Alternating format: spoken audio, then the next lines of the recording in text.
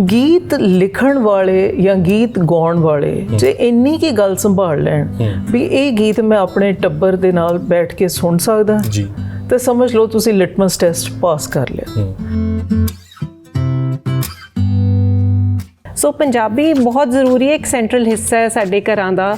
ਉਹਦੇ ਬਗੈਰ ਮਾਂ ਆਪਣੇ ਬੱਚੇ ਨੂੰ ਲੋਰੀ ਨਹੀਂ ਸੁਣਾ ਸਕਦੀ, ਬੱਚੇ ਆਪਣੇ ਪਾਠ ਨਾਲ ਨਹੀਂ ਜੁੜ ਸਕਦੇ, ਇਸ਼ਕ ਨਹੀਂ ਪੂਰਾ ਹੋ ਸਕਦਾ ਪੰਜਾਬੀ ਦੇ ਬਗੈਰ। ਤੇ ਅਕਸਰ ਮੇਰੇ ਫਾਦਰ ਕਹਿੰਦੇ ਹੁੰਦੇ ਸੀ ਵੀ ਜਿਵੇਂ ਗੱਡੀ ਦੇ ਸ਼ੀਸ਼ੇ ਉੱਤੇ ਵਾਈਪਰ ਦਾ ਕੰਮ ਹੈ, ਉਹਨਾਂ ਕੀ ਮਾਂ-ਬਾਪ ਦਾ ਹੋਣਾ ਚਾਹੀਦਾ, ਉਹਨੂੰ ਵਿਜ਼ਨ ਕਲੀਅਰ ਕਰ ਲਓ, ਰਸਤਾ ਉਹ ਆਪ ਦੇਖੇ। ਜੇ 84 ਲੱਖ ਜੂਨਾਂ ਤੋਂ ਬਾਅਦ ਆਏ ਹੈ ਤੇ ਉਸ ਜੂਨ ਨੂੰ ਤੁਸੀਂ ਆਪਦੀ ਪੂਰੀ ਵਾਹ ਲਾ ਕੇ ਜਿਉਂ ਜਾਓ, ਹੰਢਾ ਕੇ ਜਾਓ, ਔਰ ਕੁਝ ਇਹੋ ਜਿਹਾ ਛੱਡ ਕੇ ਜਾਓ ਕਿ ਤੁਹਾਡੇ ਜਾਣ ਤੋਂ ਕਿੰਨੀ ਦੇਰ ਬਾਅਦ ਵੀ ਜਿਹੜੀਆਂ ਆਉਣ ਵਾਲੀਆਂ ਨਸਲਾਂ ਉਹਦੇ ਵਿੱਚੋਂ ਕੁਝ ਲੱਭ ਸਕਣ। ਉਹ ਅੰਮ੍ਰਿਤਾ ਪ੍ਰੀਤਮ ਨੇ ਲਿਖਿਆ ਹੈ, ਰਲ ਗਈ ਸੀ ਇਸ ਵਿੱਚ ਇੱਕ ਬੂੰਦ ਤੇਰੇ ਇਸ਼ਕ ਦੀ, ਇਸ ਲਈ ਮੈਂ ਜ਼ਿੰਦਗੀ ਦੀ ਸਾਰੀ ਕੁੜੱਤਨ ਪੀ ਲਈ। ਇਹ ਇਸ਼ਕ ਹੈ ਜੀ। ਪਰ ਇਹ ਜਿਹੜੇ ਇਸ਼ਕ ਨੇ ਜਿਨ੍ਹਾਂ ਨੂੰ ਤੁਸੀਂ ਕਬੂਲ ਹੀ ਨਹੀਂ ਕਰ ਸਕਦੇ ਸਮਾਜ ਦੇ ਵਿੱਚ, ਤਾਂ ਹੀ ਇਹ ਮਰਨ ਮਰਾਉਣ ਦੀਆਂ ਗੱਲਾਂ ਆਉਂਦੀਆਂ। ਇਹ ਇਸ਼ਕ ਨਾ ਹੋਏ ਜੀ, ਇਹ ਤਾਂ ਕੁਝ ਉਮਰ ਦੀਆਂ ਜ਼ਿੱਦਾਂ ਬਣ ਕੇ ਰਹਿ ਗਏ ਜੀ।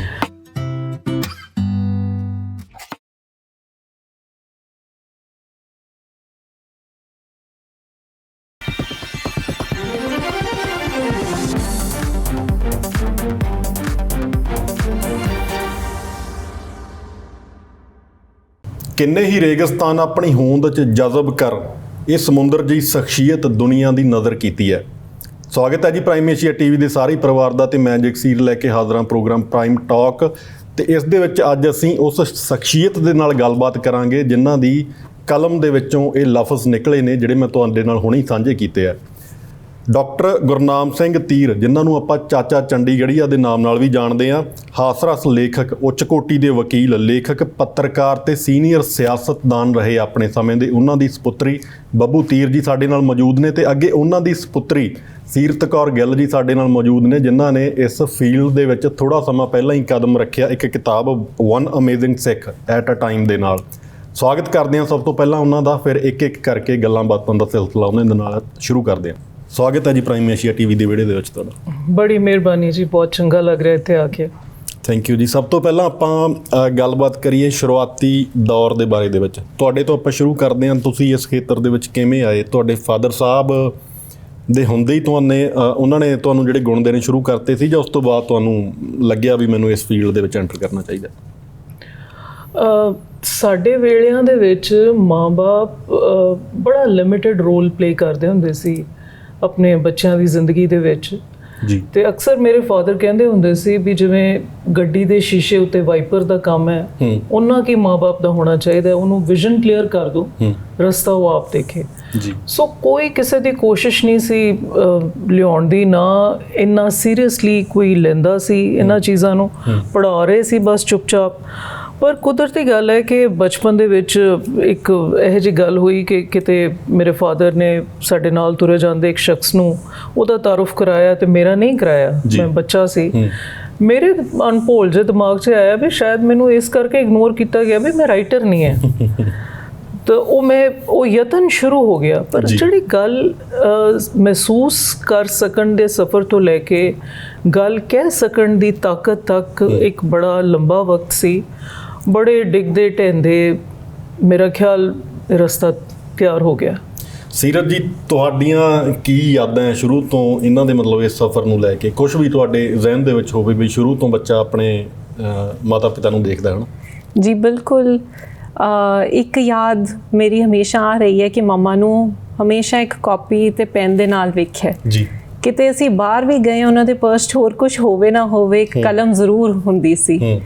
ਤੇ ਸਭ ਤੋਂ ਮਿੱਠੀ ਯਾਦ ਇਹ ਹੈਗੀ ਹੈ ਜਦੋਂ ਮੰਮਾ ਨੇ ਜਗਬਾਣੀ 'ਚ ਲਿਖਣਾ ਸ਼ੁਰੂ ਕੀਤਾ ਤੇ ਕਈ ਉਹਨਾਂ ਦੇ ਰੀਡਰਸ ਦੀਆਂ ਚਿੱਠੀਆਂ ਆਉਣੀਆਂ, ਤੇ ਇੰਨੀ ਕੁ ਖੁਸ਼ੀ ਹੁੰਦੀ ਸੀ ਮਨ 'ਚ। ਤੇ ਮੰਮਾ ਵਾਸਤੇ ਸਭ ਤੋਂ ਵੱਡੀ ਅਚੀਵਮੈਂਟ ਸੀ ਕਿ ਉਹਨਾਂ ਦੀ ਕਹੀ ਗੱਲ ਲੋਕਾਂ ਦੇ ਘਰਾਂ 'ਚ ਪਹੁੰਚ ਰਹੀ ਹੈ, ਲੋਕੀ ਪੜ੍ਹ ਰਹੇ ਹੈ ਤੇ ਉਹਨਾਂ ਨਾਲ ਵਾਰਤਾਲਾਪ ਕਰਨਾ ਚਾਹ ਰਹੇ ਹੈ।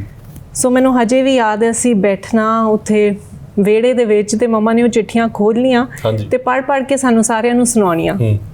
ਸੋ ਇਹ ਬੜੀ ਖਾਸ ਮੈਮਰੀ ਹੈ। ਸ਼ਾਇਦ ਉਹ ਉਦੋਂ ਮਨ 'ਚ ਰਹਿ ਗਈ ਕਿ ਇਹ ਬੜੀ ਵੱਡੀ ਗੱਲ ਹੈ ਕਿ ਆਪਣੀ ਕਹੀ ਹੋਈ ਗੱਲ ਕਿਸੇ ਤੱਕ ਪਹੁੰਚਾਉਣ ਵਾਸਤੇ ਕਲਮ ਇੱਕ ਬਹੁਤ ਪਾਵਰਫੁਲ ਵੈਪਨ ਹੈ, ਵਧੀਆ ਸਾਧਨ ਹੋ ਸਕਦਾ। ਤੁਸੀਂ ਇਸ ਗੱਲ ਨੂੰ ਕਿਵੇਂ ਦੇਖਦੇ ਹੋ ਵੀ ਕਲਾ ਜਿਹੜੀ ਤੁਹਾਡੇ ਫਾਦਰ ਸਾਹਿਬ ਤੋਂ ਤੁਰੀ ਅੱਗੇ ਤੁਹਾਡੇ ਤੱਕ ਆਈ, ਅੱਗੇ ਫਿਰ ਉਹਨੂੰ ਆਪਦੇ ਬੱਚਿਆਂ ਤੱਕ ਇਸ ਨੂੰ ਤੁਸੀਂ ਜਾਂਦੀ ਨੂੰ ਕਲਾ ਨੂੰ ਕਿਵੇਂ ਦੇਖਦੇ ਹੋ? ਦੇਖੋ, ਫਾਦਰ ਤਾਂ ਬਹੁਤ ਜਲਦੀ ਚਲੇ ਗਏ ਸੀ। ਉਹਨਾਂ ਨੂੰ ਤਾਂ ਮੈਂ ਲੋਕਾਂ ਦੇ ਵਿੱਚੋਂ ਉਹਨਾਂ ਦੀ ਲਿਆਕਤ ਨੂੰ ਮਹਿਸੂਸ ਜ਼ਿਆਦਾ ਕੀਤਾ, ਪਰ ਇਹ ਬੱਚੇ, ਇਹ ਮੇਰੇ ਵਾਸਤੇ ਇਹ ਮੇਰੀ ਆਪਣੀ ਅਚੀਵਮੈਂਟ ਹੈ। ਇਹਨਾਂ ਦੀ ਹਰ ਜਿੱਤ, ਇਹਨਾਂ ਦੀ ਹਰ ਉਪਲਬਧੀ, I take it as a personal victory. So ਮੇਰਾ ਖਿਆਲ ਹੈ ਕਿ ਮੈਥੋਂ ਕਿਤੇ ਗਾਂ ਇਹਨਾਂ ਦੀ ਸੂਖਮਤਾ ਹੈ, ਕਿਤੇ ਗਾਂ ਇਹਨਾਂ ਦੀ ਕਾਬਲੀਅਤ ਹੈ, ਔਰ ਬਹੁਤ ਜ਼ਿਆਦਾ ਜਿਹੜਾ ਇੰਟੈਲੈਕਟ ਮੈਂ ਸੀਰਤ ਦੇ ਵਿੱਚ ਦੇਖਦੀ ਹਾਂ ਕਿ not just for writing, it is even ਜਿਹੜਾ ਆਪਾਂ ਸਮਾਜ ਦਾ ਆਪਾਂ ਚਾਰੋਂ ਤਰਫ ਹੁੰਦੀ ਤਬਦੀਲੀ ਦੇਖ ਰਹੇ ਹਾਂ, ਜਿਹੜਾ ਆਪਾਂ ਦੇਖ ਰਹੇ ਹਾਂ ਵੀ ਇਹ ਵਕਤ ਦੇ ਨਾਲ ਕਿੱਥੋਂ ਕਿੱਥੇ ਗੱਲਾਂ ਆ ਗਈਆਂ। ਦੇਖੋ, ਇੱਕ ਮਾਂ-ਬਾਪ ਦਾ ਫਰਜ਼ ਹੈ, ਮੈਂ ਇਸ ਪਲੇਟਫਾਰਮ ਤੇ ਗੱਲ ਕਹਿਣਾ ਚਾਹਾਂਗੀ ਕਿ ਆਪਣਾ ਪਿਛੋਕੜ, ਆਪਣੀ ਭਾਸ਼ਾ ਨੂੰ ਸੰਭਾਲ ਕੇ ਆਪਣੇ ਬੱਚਿਆਂ ਤੱਕ ਪੁੱਜਦਾ ਕਰਨਾ। ਕਿਉਂਕਿ ਜੇ ਤੁਸੀਂ ਉਹ ਬੱਚੇ ਨੂੰ ਜ਼ੁਬਾਨ ਨਹੀਂ ਦਿੰਦੇ, ਉਹਦੀ ਮਾਂ ਜ਼ੁਬਾਨੀ ਉਹ ਦੇ ਪੱਖ ਦੇ ਵਿੱਚ ਉਹ ਬੱਚਾ ਕਮਜ਼ੋਰ ਹੈ, ਉਹਨੇ ਸੱਭਿਆਚਾਰ ਵੀ ਗਵਾ ਲਿਆ, ਉਹਨੇ ਧਰਮ ਵੀ ਗਵਾ ਲਿਆ, ਔਰ ਉਹਨੇ ਉਹ ਸਾਰਾ ਪਿਛੋਕੜ ਵੀ ਜਿਹੜਾ ਹੈ, ਉਹ ਵਿਰਾਸਤ ਹੈ ਜਿਹੜੀ, ਉਹ ਉਹਦੇ ਤੱਕ ਨਹੀਂ ਪੁੱਜਦੀ ਹੋ ਸਕਦੀ। ਸੋ ਇਹ ਬੱਚਿਆਂ ਦੇ ਨਾਲ ਮੇਰੀ ਤਾਂ ਇੰਨੀ ਕਿ ਇੱਕ ਕਹਿ ਲਓ ਕੰਟਰੀਬਿਊਸ਼ਨ, ਯੋਗਦਾਨ ਆ ਹੀ ਰਿਹਾ ਵੀ ਮੈਂ ਪੰਜਾਬੀ 'ਚ ਗੱਲ ਕਰਦੀ ਰਹੀ ਹਾਂ। ਹੁਣ ਇਸ ਮਲਟੀ ਲਿੰਗੁਅਲ, ਮਲਟੀ ਕਲਚਰਲ ਸੁਸਾਇਟੀ ਦੇ ਵਿੱਚ ਇਹਨਾਂ ਨੇ ਪੰਜਾਬੀਅਤ ਦਾ ਝੰਡਾ ਬਰਕਰਾਰ ਰੱਖਿਆ। ਇਹਨਾਂ ਦੇ ਬੱਚੇ ਪਹਿਲੀ ਪੌੜੀ ਦਾ ਪਾਠ ਕਰਕੇ ਸਕੂਲ ਜਾਂਦੇ ਹਨ, ਘਰ ਦੇ ਵਿੱਚ ਉਹੀ ਮਾਹੌਲ ਹੈ, ਇਹ ਦੇਖ ਕੇ ਬੜੀ ਖੁਸ਼ੀ ਹੁੰਦੀ ਹੈ। ਸੋ ਉਸ ਯੁੱਗ ਦਾ ਉਸ ਯੁੱਗ ਦੀ ਇੱਕ ਛਤਰ ਛਾਇਆ ਸਾਡੇ ਉੱਤੇ ਜ਼ਰੂਰ ਹੈ, ਪਰ ਅੱਗੇ ਜਿਹੜੇ ਬੂਟੇ ਇਸ ਮੁਲਕ ਦੇ ਵਿੱਚ ਆ ਕੇ ਲੱਗੇ ਆ, ਉਹਨਾਂ ਬਾਰੇ ਬਹੁਤ ਫਖਰ ਮਹਿਸੂਸ ਹੁੰਦਾ ਜੀ। ਜਦੋਂ ਇਹਨਾਂ ਦੀ ਕਿਤਾਬ ਆਈ ਸੀ ਉਦੋਂ ਤੁਹਾਨੂੰ ਮਤਲਬ ਕਿੱਦਾਂ ਤੁਸੀਂ ਉੱਤੇ ਕੋਈ ਟਿੱਪਣੀ ਕੀਤੀ ਜਾਂ ਆਲੋਚਨਾ ਕੀਤੀ? ਕਿਉਂਕਿ ਆਲੋਚਕ ਜੇ ਆਪਣੇ ਕੋਲ ਘਰੇ ਹੋਵੇ ਤਾਂ ਕਲਾ ਆਪਣੀ ਮਤਲਬ ਇੱਕ ਅਲੱਗ ਲੈਵਲ ਤੇ ਚਲੀ ਜਾਂਦੀ ਹੈ। ਮੈਨੂੰ ਬਹੁਤ ਫਖਰ ਮਹਿਸੂਸ ਹੋਇਆ। ਸਭ ਤੋਂ ਪਹਿਲਾਂ ਇਹ ਖਿਆਲ ਹੀ ਬੜਾ ਖੂਬਸੂਰਤ ਸੀ। ਦੇਖੋ, ਇੱਕ ਬੱਚੇ ਨੂੰ ਆਪਦੀ ਕੌਮ ਬਾਰੇ ਇੱਕ ਜਾਣਕਾਰੀ ਦੇਣ ਦਾ ਇੱਕ ਐਡਾ ਸੋਹਣਾ ਉਪਰਾਲਾ ਇਹਨੇ ਕੀਤਾ ਕਿ ਜੇ ਉਸ ਤਰ੍ਹਾਂ ਬੱਚੇ ਨਾਲ ਤੁਸੀਂ ਘਰੇ ਬੈਠ ਕੇ ਗੱਲਾਂ ਕਰੋ, ਉਹਦਾ ਅਸਰ ਨਹੀਂ ਹੁੰਦਾ। ਇਹਨੇ ਕਿੰਨੇ ਹੀ ਬੱਚਿਆਂ ਦੇ ਦਿਮਾਗ ਦੇ ਵਿੱਚ ਇਹ ਗੱਲ ਪਾਈ ਕਿ ਅਸੀਂ ਆਪਣੀਆਂ ਜੜ੍ਹਾਂ ਬਾਰੇ ਸ਼ਰਮਿੰਦਾ ਕਿਉਂ ਹੈ। ਸਾਨੂੰ ਤਾਂ ਫਖਰ ਮਹਿਸੂਸ ਹੋਣਾ ਚਾਹੀਦਾ ਹੈ ਵੀ ਅਸੀਂ ਪੱਗ ਸਾਡਾ ਇੱਕ ਪਹਿਚਾਣ ਚਿੰਨ੍ਹ ਹੈ। ਸੋ ਬਹੁਤ ਸੋਹਣਾ, ਔਰ ਸ਼ਾਇਦ ਮੇਰੇ ਖਿਆਲ ਹੈ ਇਸ ਯੁੱਗ ਦੇ ਵਿੱਚ ਮੈਂ ਕੋਈ ਵੀ ਐਡਾ ਕਲੀਅਰ ਕੱਟ ਜਿਹੜੀ ਸਟ੍ਰੈਟਜੀ ਹੈ ਜਾਂ ਇੰਨੀ ਕਲੀਅਰ ਕੱਟ ਵਿਜ਼ਨ ਹੈ, ਉਹ ਮੈਂ ਬਹੁਤ ਘੱਟ ਕਿਸੇ ਦੀ ਦੇਖੀ ਹੈ। ਔਰ ਸੀਰਤ ਨੇ ਬਹੁਤ ਸੋਹਣੇ ਤਰੀਕੇ ਦੇ ਨਾਲ ਉਹ ਕਿਤਾਬ ਨੂੰ ਲੈ ਕੇ ਆਂਦਾ। ਤੇ ਤੁਸੀਂ ਜਦੋਂ ਪਹਿਲਾਂ ਮਤਲਬ ਇਹ ਆਈਡੀਆ ਇਹਨਾਂ ਨਾਲ ਸਾਂਝਾ ਕੀਤਾ ਸੀ, ਤੁਹਾਨੂੰ ਕੀ ਲੱਗਦਾ ਸੀ ਬਈ ਮੈਨੂੰ ਸ਼ਾਇਦ ਕਿੱਦਾਂ ਦਾ ਇਹਨਾਂ ਦੀ ਪ੍ਰਤੀਕਿਰਿਆ ਹੋਊਗੀ? ਹਾਂਜੀ, ਉਸ ਤੋਂ ਪਹਿਲਾਂ ਮੈਂ ਕਹਿਣਾ ਚਾਹਾਂਗੀ ਇਹ ਮਾਂ ਦਾ ਨਜ਼ਰੀਆ ਹੈ, ਤਾਂ ਹੀ ਮਮਾ ਇੰਨੇ ਸੋਹਣੇ, ਜਿੰਨਾ ਸ਼ਾਇਦ ਮੈਂ ਡਿਜ਼ਰਵ ਵੀ ਨਹੀਂ ਕਰਦੀ, ਉਹਦੇ ਨਾਲੋਂ ਵੀ ਜ਼ਿਆਦਾ ਪਿਆਰੇ ਨਿੱਘੇ ਸ਼ਬਦਾਂ ਦਾ ਵਰਤਨ ਕਰ ਰਹੇ ਨੇ। ਲੇਕਿਨ ਮੈਨੂੰ ਇਹ ਲੱਗਦਾ ਹੈ ਕਿ ਬੱਚੇ ਉਹ ਨਹੀਂ ਕਰਦੇ ਜੋ ਤੁਸੀਂ ਉਹਨਾਂ ਨੂੰ ਦੱਸਦੇ ਹੋ ਕਰਨ ਨੂੰ, ਉਹ ਕਰਦੇ ਜੋ ਦੇਖ ਰਹੇ ਨੇ। ਦੇ ਲਰਨ ਵਾਟ ਦੇ ਸੀ ਯੂ ਡੂਇੰਗ। ਸੋ ਅਸੀਂ ਵੀ ਮੰਮਾ ਨੂੰ ਲਿਖਦੇ ਵੇਖਿਆ, ਉਹ ਗੱਲਾਂ ਕਰਦੇ ਸੁਣਿਆ, ਸ਼ਾਇਦ ਓਸਮੋਸਿਸ ਦੇ ਨਾਲ ਹੀ ਅਬਜ਼ੌਰਬ ਕਰਦੇ ਰਹੇ ਉਹ ਸਾਰੀਆਂ ਗੱਲਾਂ। ਉਹਨਾਂ ਨੇ ਕਦੇ ਨਹੀਂ ਸਾਨੂੰ ਕਿਹਾ ਕਿ ਕਲਮ ਚੱਕੋ, ਲਿਖੋ, ਪਰ ਸ਼ਾਇਦ ਸਾਨੂੰ ਸਮਝ ਹੀ ਇਹ ਆਈ ਕਿ ਆਪਦੇ ਖੁਦ ਦੇ ਇਮੋਸ਼ਨ ਸਮਝਣ ਲਈ ਸ਼ਾਇਦ ਉਹਨਾਂ ਨੂੰ ਕਾਗਜ਼ 'ਤੇ ਲਿਖਣਾ ਬੜਾ ਜ਼ਰੂਰੀ ਹੈ। ਤੇ ਇਸ ਤਰ੍ਹਾਂ ਇਹ ਸਿਲਸਿਲਾ ਸ਼ੁਰੂ ਹੋਇਆ।